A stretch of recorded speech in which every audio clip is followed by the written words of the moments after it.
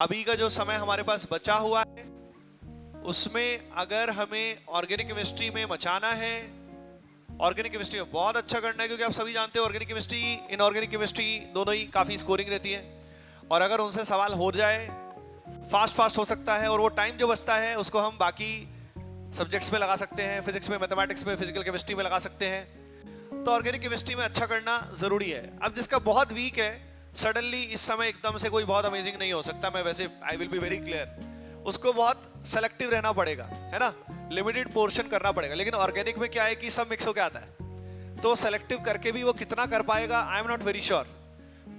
तो ऑर्गेनिक को एकदम से बहुत अमेजिंग कर देना इट्स नॉट वेरी इजी। लेकिन ऑर्गेनिक केमिस्ट्री में अभी जो भी कर सकते हो, जो बेस्ट कर सकते हो एडवांस के लिए, वो थोड़ा बता देता हूं। पहली चीज जो है वो है कि भाई आप सभी को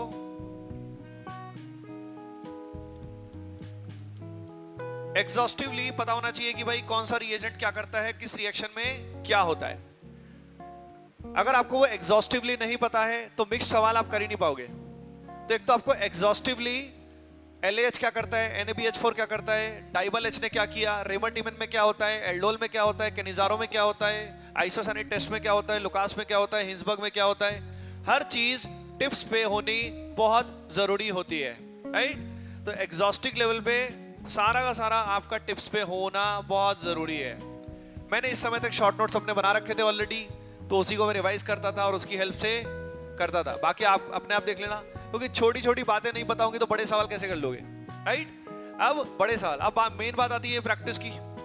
प्रैक्टिस के लिए आप सभी जो अपना RCC है इसके अंदर प्रैक्टिस तो कर ही रहे हो, अलॉन्ग विद दैट कुछ और PYQ या कुछ अच्छे सवाल कर सकते हो। PYQ में भी सारे नहीं, वो जो आपको चैलेंज करे, राइट। PYQ कुछ आसान होते हैं तो उनको छोड़ सकते हो, राइट। जो टफ क्वेश्चन है किसी भी मटेरियल के, जो टफेस्ट क्वेश्चन है उन पे ही फोकस करो।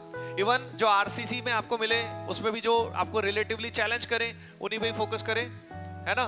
तो प्रैक्टिस करो जितना ज्यादा हो सकता है। अगली चीज ऑर्गेनिक को इस समय बेटर करने के लिए मैंने पहले भी बताया था, वो है बुक रीडिंग अभी भी हेल्प कर सकता है, क्योंकि जो कुछ की रिएक्शंस होते हैं जैसे कि एल्डोल हो गया, केनिजारो हो गया, रेमटिमन हो गया, SN1, SN2, E1, E2, Markovnikov, anti Markovnikov, इन फंडामेंटल रिएक्शंस की फील हमें सही बुक से जब रीड करते हैं तो काफ़ी अच्छी आती है। अगर ये फील ऑलरेडी आ चुकी है तो इट्स नॉट नीडेड, पर कॉन्फिडेंस इंप्रूव करने के लिए अच्छा रहता है अगर हम दोबारा से देखते हैं की मैकेनिज्म्स को। तो सारा पूरा बुक पढ़ने का पॉसिबल नहीं है, लेकिन हाँ उसके की कंसेप्ट्स को, की मैकेनिज्म्स को अगर आप लाइन बाय लाइन समझते हो तो आपको फील आएगी कि हाँ यार ओवरऑल फंडा क्या है। जैसे फॉर एग्जाम्पल मैं एग्जाम्पल देता हूं, जैसे कि एक कंसेप्ट होता है रेट ऑफ न्यूक्लियोफिलिक एडिशन या rate of electrophilic aromatic substitution. अब यहाँ पे अगर आप किसी अच्छी स्टैंडर्ड किताब से इसको पढ़ते हो तो आपका कंसेप्ट जो है बहुत ब्रशअप होगा और कॉन्फिडेंस लेवल इंक्रीज होगा, राइट। उसके अलावा ये जो सारा एग्जॉस्टिव तैयारी है इसके लिए आप NCERT का भी यूज कर सकते हो।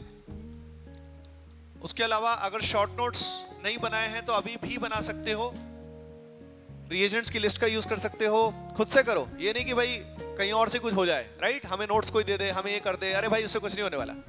लिख लिख के जितना देखोगे उतना याद रहेगा, काम होगा, है ना। अगली चीज जो मैं हमेशा बताता हूँ वो है CID। CID का मतलब आप सभी जानते हो, कंसेप्ट इन डेप्थ, यानी कुछ कंसेप्ट आप जानते हो, जैसे ऑप्टिकल आइसोमेरिज्म खास तौर पे एडवांस में काफी डीप में आता है, तो ऐसे जो कंसेप्ट हैं जो डीप में आते हैं वो अलग से पढ़ लीजिए। उसमें मेरे जो वीडियो लेक्चर्स हैं उनका सहारा ले लीजिए, या क्लास के बाद आप तो ऑफलाइन में पूछ सकते हो, ऑनलाइन वाले स्टूडेंट्स वीडियो लेक्चर्स का सहारा ले सकते हैं। तो जो कंसेप्ट इन डेप्थ एडवांस में कुछ अलग से पूछ लेते हैं वो कर लीजिए। लेकिन मैं आपको बता रहा हूँ CID बहुत ज्यादा है ही नहीं, CID बहुत ज्यादा नहीं है। CID को पहचानने के लिए पुराने क्वेश्चंस को देख के, ऑब्जर्व करके कौन कौन से CID है उनको आइडेंटिफाई कर सकते हो। जैसे एग्जाम्पल पे दे रहा हूँ, एग्जाम्पल CID में क्या आ जाता है, जैसे कि सब्स्टिट्यूशन रिएक्शन को डीप में पूछ लेते हैं, राइट। सब्स्टिट्यूशन के अलावा अगर हम बात करें तो जो भी की मैकेनिज्म्स हैं उनको डीप में पूछ सकते हैं वो। जैसे बेंजीन का रिएक्शन है इलेक्ट्रोफिलिक एरोमेटिक सब्स्टिट्यूशन, डीप में पूछ लेते हैं। GOC में अगर बात करें तो एसिडिक स्ट्रेंथ को, एरोमेटिसिटी को बहुत डीप में पूछ लेते हैं। लेकिन नॉर्मल छोटे छोटे रिएजेंट्स को डीप में नहीं पूछते। मतलब ऐसा नहीं है कि NaBH4 को बिल्कुल खोद दिया उन्होंने, ऐसा नहीं होता। लेकिन कैटालिटिक हाइड्रोजनेशन को बहुत डीप में पूछते हैं। तो कुछ ऐसी चीजें हैं जो आप आइडेंटिफाई कर सकते हो कि एडवांस में बहुत डीप में पूछी जाती हैं, और वो डेप्थ के लिए जो अभी क्रैश कोर्स के अंदर तो मतलब फॉर एग्जांपल वो डेप्थ कहां से आएगी, राइट? उसमें तो प्रॉब्लम सॉल्विंग पे ही ज्यादा फोकस होगा। इसलिए ब्रश अप करने के लिए इन सारी चीजों का आप अगर ध्यान रखते हैं तो it will be really beneficial. अगली चीज, प्रैक्टिस करने के लिए, टाइम बाउंड प्रैक्टिस करने के लिए आप सभी ऑफलाइन स्टूडेंट्स भी एंड ऑनलाइन स्टूडेंट्स भी अपनी एटीबी स्टार ऐप का यूज कर सकते हो। वहां पे अपना प्रैक्टिस का जो सेक्शन है वहां पे एडवांस के काफी अच्छे क्वेश्चन मैंने अपलोड करा रखे हैं, राइट? इवन जो मेरी किताब के भी कुछ क्वेश्चंस है वो भी उसमें डलवा रखे हैं। तो एडवांस का टेस्ट वहां खुद से आप बना सकते हो, पता ना आपको ये बात? एडवांस के क्वेश्चन या आप उसमें टेस्ट दे सकते हो अपने हिसाब से, राइट?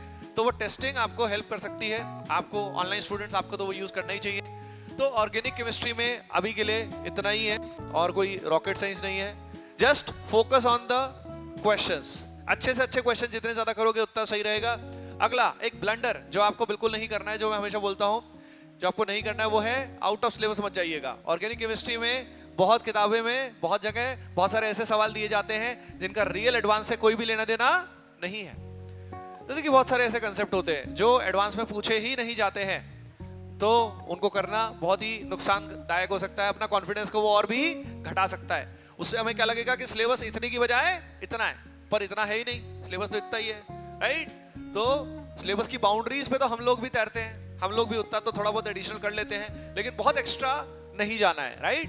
तो बस अगर एक्स्ट्रा, क्योंकि टाइम भी नहीं है अपने पास, तो stay perfectly with in the syllabus. और किसी भी किताब के रैंडमली टफ क्वेश्चन मत करना, क्योंकि कई सारे टफ जो क्वेश्चन होते हैं वो इसीलिए टफ होते हैं क्योंकि वो सिलेबस में नहीं होते। आपको वही क्वेश्चन, टफ क्वेश्चन करने हैं जो सिलेबस में है। अगेन वही बात बोलूंगा, जितने tough questions every single day आप हर सब्जेक्ट में करोगे उतनी आपकी रैंक इंप्रूव होती जाएगी, है ना? एंड जिन स्टूडेंट्स का पूरा सिलेबस बहुत अच्छे से तैयार नहीं है तो focus on your strengths. Advance के लिए अपनी स्ट्रेंथ्स को इंप्रूव करना है, okay? So that is it.